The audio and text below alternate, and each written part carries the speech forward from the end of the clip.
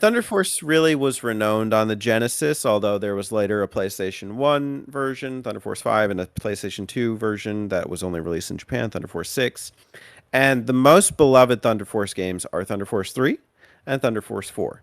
Thunder Force 2 is cool, but it just has like over the top sections that are kind of weird and it's rusty, it's old, I like hard. it. I love that game. I do too, but it's hard.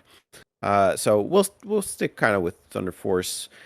3 is really considered like the traditional one, and then Lightning Force number 4 is like hard as nails. There's that one has a sword mechanic, ironically. Hooray!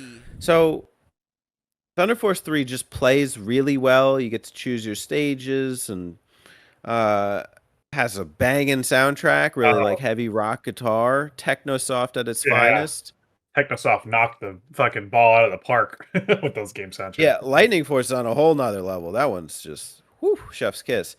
But like especially for you rock fans, but no, three is really good too. I could go back to that soundtrack. I think that game is like maybe one of the best spaceship shooters I've ever played. I've played it in one credit or one sitting. I don't know about one credit, but like with the allotted numbers of credits. And I just, I think you can kind of jump into Thunder Force 3, suck, like get your ass kicked, and then come back and do better. And like you actually want to. I don't think there's too high of a learning curve. So I think it's really a phenomenal game. When talking about the Sega Genesis, which Spencer does all the time, it's Thunder Force is like among the holy grails of like the console, like that series. And like even among other spaceship shooters on the console that are really well done, always think of like Glaylancer and like games like that, like even like the Toa Plan one, like Truxton. Thunder Force is still it's probably the best shooter series on the console. And yeah, if I had to like make like a top 10 franchises on Genesis, that's definitely up there. But does it transcend? That's my question. Does it transcend to Ikaruga? Is it even fair to compare? Because there's a bit of a gap between the Thunder Force games that I've played. I haven't played the PS1 one or the PS2 one, but the Thunder Force games that I've played and Ikaruga in 2001 or 2004, if you're asking Wikipedia, like, are they comparable? Well, it's hard because, like, I mean, Thunder Force 3 is still considered one of the best games of its time or of its genre, and like that's how old? Like 80s, 90s, I want to say. And then it has to be one of those.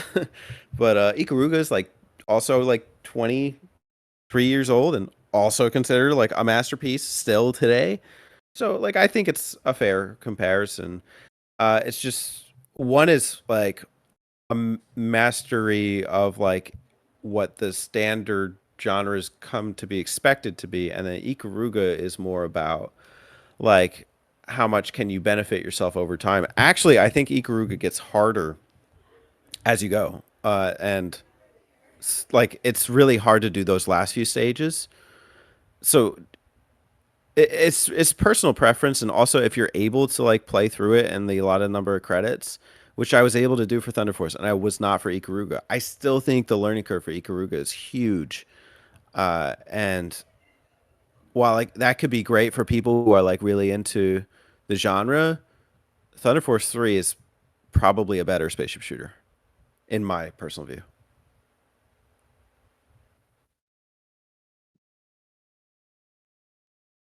It's tough.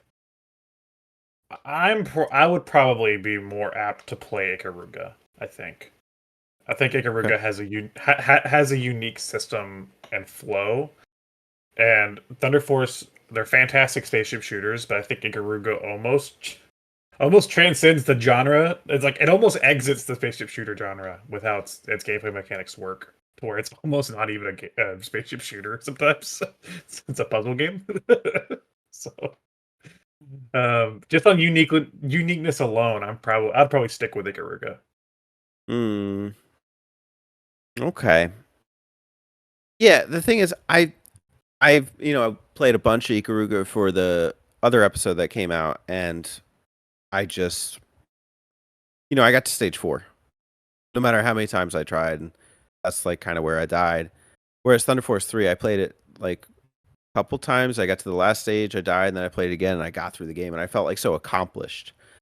I value like that sense of like attainability and accomplishment. I think Thunder Force 3 just hits a sweet spot. 4, it's I think maybe of the ones I played the most comparable to Ikaruga in terms of like artistic sense, and I don't know, I wouldn't put that one above Ikaruga, but Yeah. I still think 3 is maybe the best one of the genre. Hey y'all, don't forget to subscribe to them button mappers.